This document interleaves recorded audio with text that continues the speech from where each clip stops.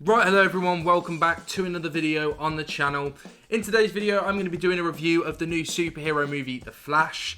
Before starting as well, I do just want to quickly warn everyone, I am not a superhero movie fan. This is just my personal enjoyment of this one film that I've seen alone. I don't know much about the DC super universe, but yeah, just want to quickly warn you that before I start this video. So my thoughts going into this, I was actually genuinely quite excited because I'd seen the trailers, and while superhero films don't usually interest me, this seemed a bit more up my alley. It seemed like something I genuinely would enjoy. Plus, I know the fact that Michael Keaton coming back was supposed to be a huge deal, so I felt like I kind of had to see this.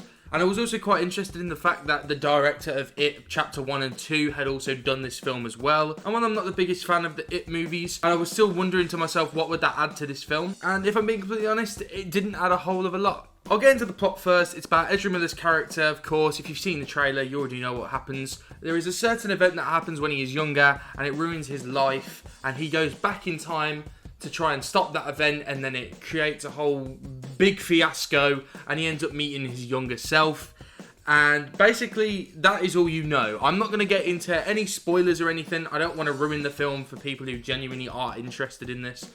But as a whole, I think the plot was actually fine. I think it was a bit messy at points, but it had quite a lot of cool ideas.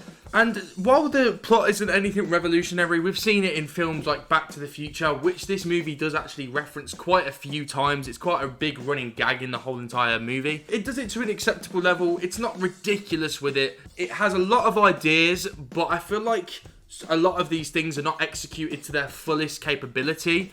And I think that is due to the fault of the director. I feel like it could have definitely been better. It felt very messy at points, but it was just very messy. And at some point, especially in the second half, it really hurt my head just thinking about what was going on in the film. And not because it was confusing, they just weren't explaining it well enough. Anyway, as I was talking about Ezra Miller, I did just want to quickly say, I have never seen him in anything else apart from, I think, that new Fantastic Beasts film, and I didn't give a shit about that film.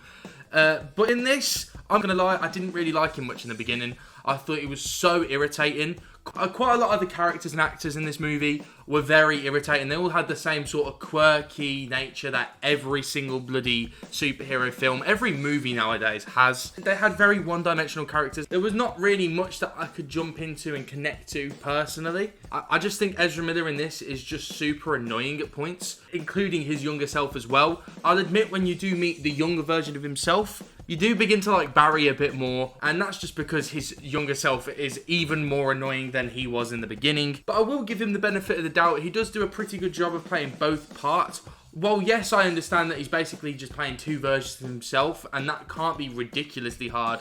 Just on a technical standpoint, they do that flawlessly. I did not notice whatsoever that it was actually the same person, if that makes sense.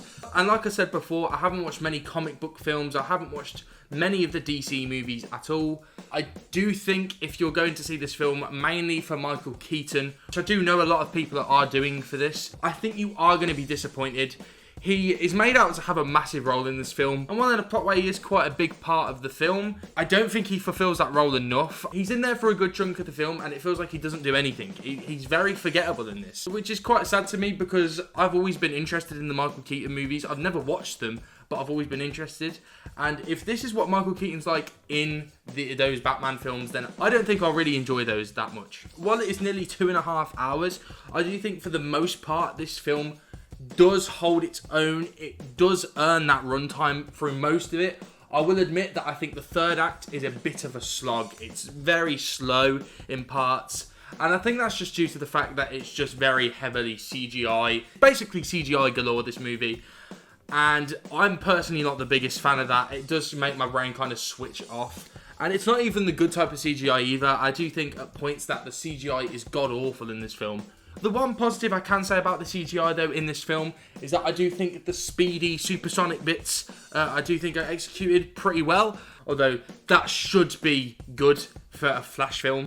If you don't have that, then you've kind of fucked up your whole movie, mate. And the soundtrack to this film, it's nothing extraordinary. It basically just uses pop rock music that's famous. Supergrass is in there. That's all I can think of at this point.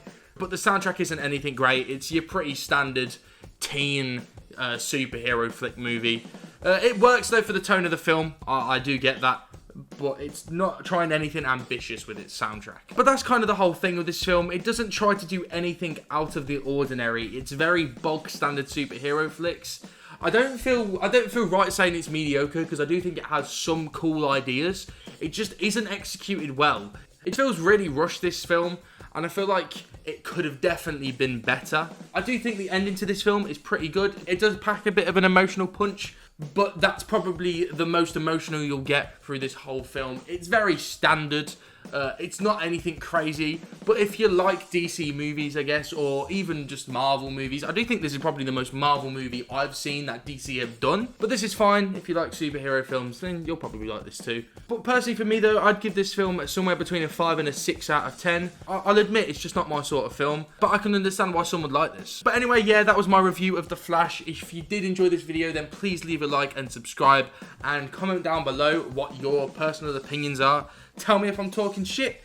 And yeah, and also I forgot to mention this in my last video. If you want to see my opinions on other movies that I've watched, then go check out my Letterboxd account. It will be in the description below. But yeah, hope you guys enjoyed the video, and I'll see you all later.